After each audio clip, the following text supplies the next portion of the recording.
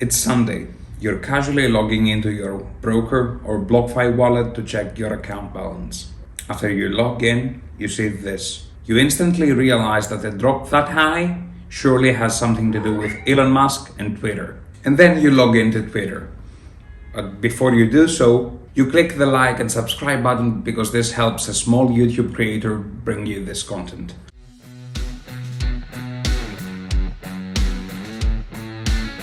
Hello everyone, this is Paris. Welcome to Budgetholics. Last week, Elon Musk announced that Tesla would no longer be accepting Bitcoin. In his tweet, he cited some energy consumption concerns, and he said that Tesla will not sell any Bitcoin.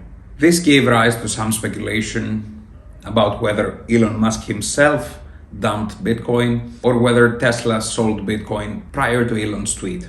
Elon cleared things up and clarified Tesla hasn't sold any Bitcoin. In response to Elon's tweet, Saylor said that Microstrategy purchased another 271 Bitcoins for $15 million in cash. This means that now Microstrategy holds almost 92,000 Bitcoins. But what did Elon say on Twitter? An account named Mr. Whale tweeted that Bitcoiners are going to slap themselves next quarter when they find out Tesla dumped the rest of their Bitcoin holdings. With the amount of hate Elon Musk is getting, I wouldn't blame him. To which Elon Musk responded, indeed. Right after this tweet, the price of Bitcoin dropped to $45,000, hitting a low of $42,185 per coin. After Elon Musk clarified that Tesla has not sold any Bitcoin, in response to the Bitcoin Archive's tweet, the price recovered to $45,000. And it's been hovering between the $45,000 mark in the last 15 hours. Elon also pointed out that apart from the energy concerns, Bitcoin is highly centralized. He cited a Fortune article about a coal mine flooding in an area in China, which I will not try to pronounce, which resulted in Bitcoin losing 30% of its hash rate. Saylor has responded to the energy concern put forward by Elon Musk in a Kitco interview. The world generates 160,000 terawatt hours of energy a year. Of that, 50,000 terawatt hours of energy is wasted, like 30%. Of that, 120 terawatt hours is used to run the entire Bitcoin network. To put that in perspective, that's 7.5 basis points of all the energy in the world. The truth of the matter is everything on Earth uses more power than a small country. If you take all the energy used in the Bitcoin network, it amounts to 25 basis points of all the wasted energy. So 1/4% of the wasted energy in the world offers the hope of a decent life to 8 billion people and solves an economic problem. But the 25 basis points is of the wasted energy, because the Bitcoin network is the bidder of last resort for all energy. So if you eliminated Bitcoin from the world and you robbed the billions of people of a decent chance at a decent life, then you wouldn't stop any waste. You're still going to waste 50,000 terawatt hours of energy. If you actually study the Bitcoin network, you'll find that there's about $1 trillion of assets under management. It's secured by about $2 billion worth of energy a year. Call it 20 basis points. 20 basis points of the energy in the network is the cost to secure it. Now, that energy probably cost about 2 cents a kilowatt hour. That's what's being paid for it, maybe. And in many cases, it is literally discarded energy and there is zero value for it. No one would pay anything for it. So its marginal value of the human race is literally zero. Whereas the marginal cost of consumer energy and industrial energy is 9 to 11 or 11 to 13 cents a kilowatt hour. There is this narrative that it's an environmental threat. Is that something that you see derailing the rise of Bitcoin in any way, shape, or form? I don't think so, because as I pointed out, right, there are 50,000 terawatt hours of wasted energy, and this is literally 25 basis points of that. It's a nothing. If you're concerned about the environment, you're going to focus in on the dirty energy sources, and there's 100x or 1,000x bigger target in a lot of other areas. If you look at the energy consumption of the Bitcoin network, Michael Saylor argues that we shouldn't look at Bitcoin's energy consumption as a simple number. We should compare it with the total electricity cost of the entire financial network, as well as other industries such as gold. After all, Bitcoin is currently being used by institutional investors as a store of value. Comparing Bitcoin's energy consumption with how much energy is consumed and the emissions number of the gold industry, for example, would be more accurate. Saylor also underlines the proof of work algorithm that supports and secures Bitcoin. One of the characteristics of the proof of work network is that you only mine Bitcoin in a jurisdiction where the energy is cast off, stranded, or recycled, therefore marginally non-valuable. And you also only mine it in a place where you're politically welcome. So no one's going to set up a coal power plant in the middle of Central Park, Manhattan, and mine Bitcoin because it wouldn't be politically welcome. In fact, in any country where they were to decide that the Bitcoin miners are not welcome because they use energy, the miners are just going to move to a different country. And one of the powerful characteristics of the Bitcoin network is the fact that it is constantly decentralizing to the most politically supportive jurisdiction. It's also decentralizing to the place where energy is the least expensive, probably the cleanest renewable energy, but certainly the least expensive energy anywhere in the world. And the other thing that happens is, the miners are constantly securing the network because they're upgrading the technology all the time. And the miners are, because they're capital intensive, they're raising capital from financiers in each of these political jurisdictions all the time. And the combination of those things means that wherever mining's not welcome, it's going to move. And wherever it moves to, it's going to be by definition welcome. And it's going to be very harmonious with the energy grid. So I don't really think that the energy usage of Bitcoin represents a threat. I actually think the opposite, which is the energy usage of a proof of work crypto asset network creates 7 layers of security to the asset, which are absolutely critical. The first layer of security is they co-opt all of the energy producers worldwide to support the network, because you can sell energy at about 45 to 50 cents a kilowatt hour to the network. It's the highest value use of energy in the world, and anybody can plug into it. So that's very powerful. The second is it co-ops the technology producers. People are producing these SHA-256 ASICs, like the S19 miners, and that means all of the technology companies are continually building better equipment that's more energy efficient. The third is it co-ops politicians like the governor of Texas.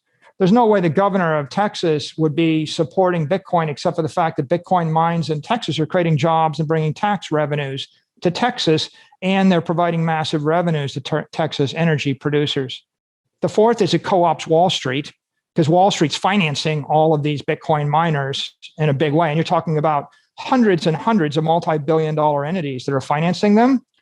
The fifth is it makes the security temporal. It takes 24 to 48 months to actually create a material Bitcoin mining operation. So if you wanted to attack the network, you've got to do it over the course of 36 months without 250 million people figuring out that you're going to do it.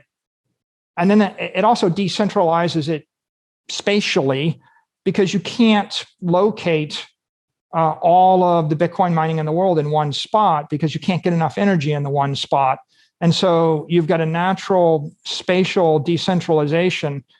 After you finish with those 6 things, the 7th layer of security is the mining network. You end up with hundreds of miners that have invested billions, if not tens of billions of dollars in creating these security data centers or security nodes, which we call Bitcoin mines. And they've got so much vested interest in running the network. They've all got the support of their local politicians, their local governments. They're going to defend the network. And there are 2 more dynamics very important. One, if I had $1 billion of gold in Manhattan, you'd be relying upon the mayor of New York City and the governor of New York and the country of the United States to secure your gold.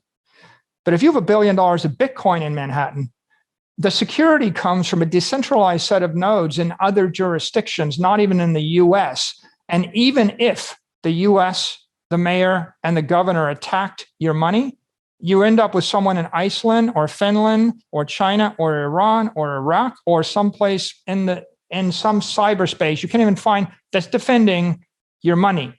And so that's a very, very powerful idea. The last point I'll make is that 20 basis points of energy used to mine to actually secure the network, that's exponentially decreasing. What's going on right now is the revenue and the block rewards in the Bitcoin network are falling every 4 years. So by the year 2035, 99% of the Bitcoin's been mined, and that means that the network starts to run only on transaction fees. The incentive of the network to burn energy will fall almost by an order of magnitude, and the efficiency of the SHA-256 ASICs will increase by an order of magnitude. So what you've got is a network that it's decentralizing itself and making itself exponentially more efficient. So you could reasonably expect, if we look 20 years out, that probably the cost to secure $100 trillion, well, it might be 50 billion, but that would be 5 basis points.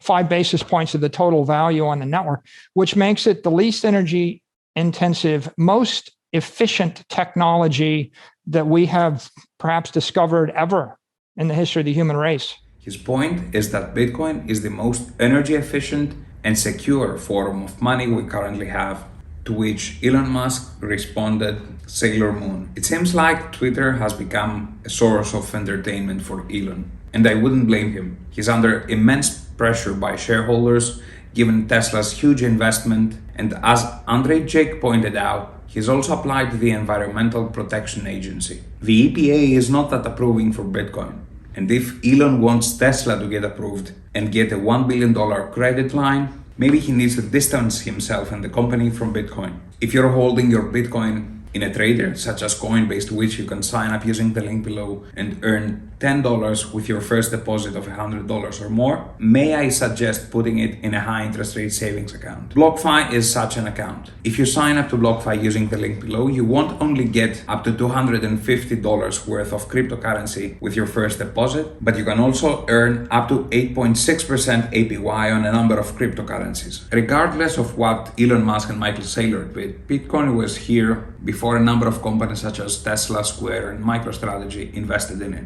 Despite institutional investors' exposure to Bitcoin, volatility is still high. Should you be worried? Is this the end of Bitcoin?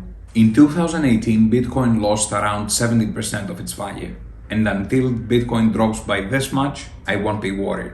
A small disclaimer here, this is not investment advice, this is just my investment strategy. This channel is for entertainment purposes only. When it comes to investing, keep in mind that your capital is always at risk, and always do your own research. Consult a financial professional if you need further help with your investing. Bitcoin at $45,000 is a dream come true. It's a great time to buy the dip, and that's what I'll be doing. In fact, my investment strategy has not changed a bit. I'll keep dollar cost averaging into Bitcoin as well as other cryptocurrencies and other assets, and I'll take advantage of any discounts that may come my way. Maybe Elon Musk is working for us after all. And while I do realize that he's neither a corporate overlord or our Lord and Savior, we can always take financial advantage of Elon Musk's tweets. According to Digital Asset News, there were 3 other reasons for the Bitcoin crash during the weekend. Firstly, it's the Sunday dump, which means that the price of Bitcoin typically declines on Sundays.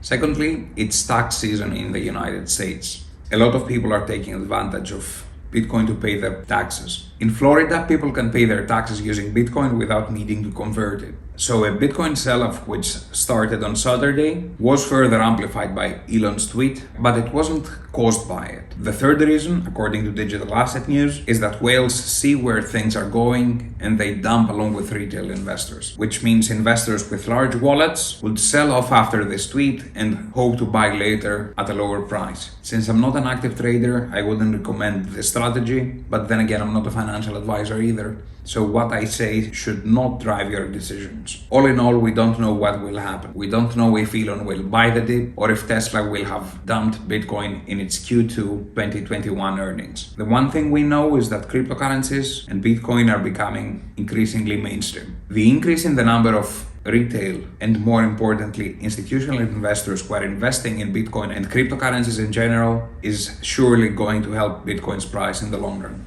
If you enjoyed this video, please hit the like and subscribe button, as this helps me immensely with the YouTube algorithm. Also, let me know down in the comments what are your thoughts on the future of Bitcoin and what is your price target. I leave a link for my price target for Bitcoin here and down in the description.